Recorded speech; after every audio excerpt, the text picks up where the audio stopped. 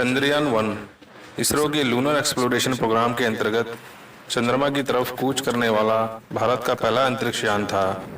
इस अभियान के अंतर्गत एक मानव रहित यान को 22 अक्टूबर 2008 को चंद्रमा पर भेजा गया और यह 30 अगस्त 2009 तक सक्रिय रहा। यह यान PSLV के एक मॉडिफाइड वर्जन वाले रॉकेट की सहायता से सतीश धवन अंतरिक्ष केंद्र से लॉन्च किया गया था। इसे चंद्रमा तक पहुंचने में 5 दिन लगे और चंद्रमा की कक्षा में स्थापित करने में 15 दिनों का समय लगा था।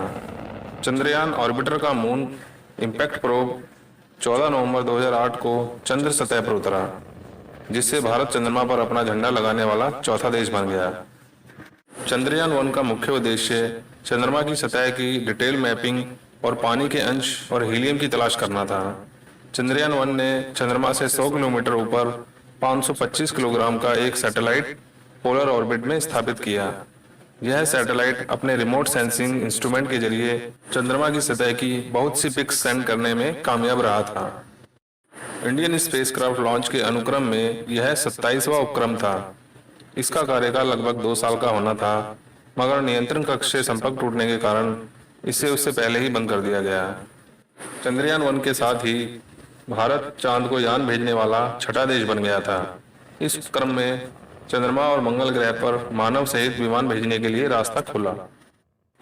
दोस्तों, बात करें अगर चंद्रयान-2 की, तो चंद्रयान-2 चंद्रयान-1 के बाद चंद्रमा पर खोजबीन करने वाला दूसरा अभियान था, जिसे इसरो ने विकसित किया था। अभियान को GSLV Mark 3 द्वारा लॉन्च किया गया था। इस अभियान में भारत में निर्मित एक चंद्र ऑर्बिटर, एक रोवर और एक लैंडर शामिल था। इन सब का विकास इसरो द्वारा किया गया था। भारत ने चंद्रयान-2 को 22 जुलाई 2019 को श्री हरिकोटा रेंज से भारतीय समय अनुसार दोपहर 2:43 पर सफलतापूर्वक लॉन्च किया था। चंद्रयान-2 लैंडर और रोवर को चंद्रमा पर लगभग 70 डिग्री दक्षिण के अक्षांश पर स्थित 2 क्रेटरों मजीनस C और सिम्पेलियस N के पास एक उच्च मैदान पर उतारने का प्रयास करना था। पहिएदार रोवर चंद्र सतह पर चलने और जगह का रासायनिक विश्लेषण करने के लिए बनाया गया था। विक्रम लैंडर का नाम भारत के स्पेस प्रोग्राम के जनक विक्रम साराभाई के नाम पर रखा गया था। रोवर द्वारा एकत्रित किए गए आंकड़ों को चंद्रयान-2 ऑर्बिटर के माध्यम से पृथ्वी पर भेजने की योजना बनाई गई थी।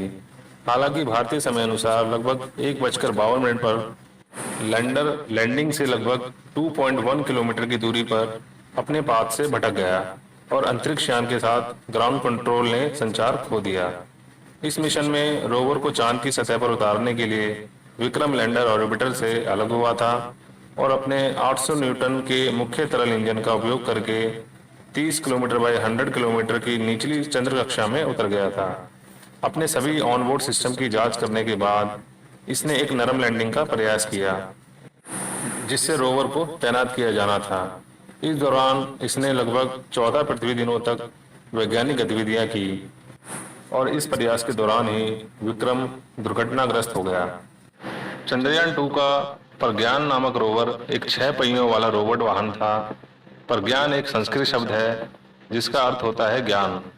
रोवर का वजन 27 किलोग्राम था और यह सौर ऊर्जा के माध्यम से 50 वाट की इलेक्ट्रिक पावर जनरेट करने की क्षमता रखता था। यह चांद की सतह पर 500 मीटर तक यात्रा करने के लिए बनाया गया था। यह लैंडर के साथ संवाद कर सकता था। इस रोवर को चंद्रमा की सतह पर पहियों के सहारे चलने, मिट्टी और चट्टानों के नमूने एकत्र करने व रासायनिक विश्लेषण करने के लिए डिजाइन किया गया था। इस डाटा को लैंडर के माध्यम से ऊपर ऑर्बिटर से होते हुए पृथ्वी के स्टेशन पर भेजने की योजना थी। प्रज्ञान रोवर के 2 पिछले पहियों पर चंद्रमा की सतह पर पैटर्न वाले ट्रैक छोड़ने के लिए इसरो का लोगो और भारत का राजकीय प्रतीक उभरा हुआ था। दोस्तों, अब बात कर लेते हैं चंद्रयान-3 की। चंद्रयान-3 चांद पर खोजबीन करने के लिए इसरो द्वारा तैयार किया गया तीसरा चंद्र मिशन है। इसमें चंद्रयान-2 के समान एक लैंडर और एक रोवर होगा, लेकिन इसमें ऑर्बिटर नहीं होगा। यह मिशन चंद्रयान-2 की अगली कड़ी है, क्योंकि पिछला मिशन सफलतापूर्वक चांद की कक्षा में प्रवेश करने के बाद अंतिम समय में मार्गदर्शन सॉफ्टवेयर में गड़बड़ी के कारण सॉफ्ट लैंडिंग के प्रयास में विफल हो गया था। सॉफ्ट लैंडिंग का पुनः सफल प्रयास करने हेतु इस नए चंद्र मिशन का प्रस्तावित किया गया है। चंद्रयान 3 का लॉन्च सतीश धवन अंतरिक्ष केंद्र शार श्रीहरिकोटा से 14 जुलाई 2023 यानी कि आज के दिन शुक्रवार को भारतीय समय अनुसार दोपहर 2:35 पर किया गया है। दोस्तों, इसरो ने चंद्रयान 3 मिशन के लिए 3 मुख्य उद्देश्य निर्धारित किए हैं, जिनमें शामिल है लैंडर की चंद्रमा की सतह पर सुरक्षित और सॉफ्ट लैंडिंग कराना, दूसरा चंद्रमा पर रोवर की विचरण क्षमताओं का अवलोकन और प्रदर्शन, तीसरा है चंद्रमा की संरचना को बेहतर ढंग से समझने और उसके विज्ञान को अभ्यास में लाने के लिए चंद्रमा की सतह पर उपलब्ध रासायनिक और प्राकृतिक तत्वों जैसे मिट्टी, पानी आदि पर वैज्ञानिक प्रयोग करना है। चंद्रयान 3 का लैंडर चंद्रयान 2 के विक्रम के विपरीत, जिसमें 5 800 न्यूटन इंजन थे और पांचवा एक निश्चित थ्रस्ट के साथ केंद्रीय रूप में लगाया गया था। चंद्रयान 3 के लैंडर में केवल 4 थ्रॉटल सक्षम इंजन होंगे। इसके अतिरिक्त चंद्रयान 3 लैंडर लेजर डेपलर वेलोसिटी से लेस होगा। चंद्रयान 2 की तुलना में इम्पैक्ट लेग्स को बहुत मजबूत बनाया गया है और उपकरण की खराबी का सामना करने के लिए एक से एक अधिक उपाय भी किए गए हैं। दोस्तों, इस बार के लैंडर में बहुत से पेलोड शामिल किए गए हैं। इसमें प्रमुख है लैंडर पर तापीय चालकता और तापमान को मापने के लिए चेस्ट और लैंडिंग साइट के आसपास भूकंप नापने के लिए इल्सा नामक पेलोड और आगे प्लाज्मा घनत्व और उसकी विविधताओं का अनुमान लगाने के लिए लैंगमुई प्रोब यानी एलपी नामक पेलोड शामिल किया गया है। इसके अतिरिक्त नासा से एक निष्क्रिय लेजर रेट्रो रिफ्लेक्टर एरे को चंद्र लेजिंग रेंजिंग अध्ययनों के लिए भी समायोजित किया गया है।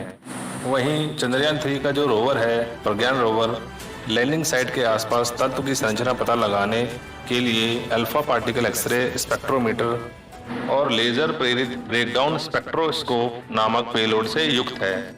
दोस्तों, अगर चंद्रयान 3 सक्सेसफुल होता है तो इस मिशन की सफलता पूरा खेल पलट सकती है।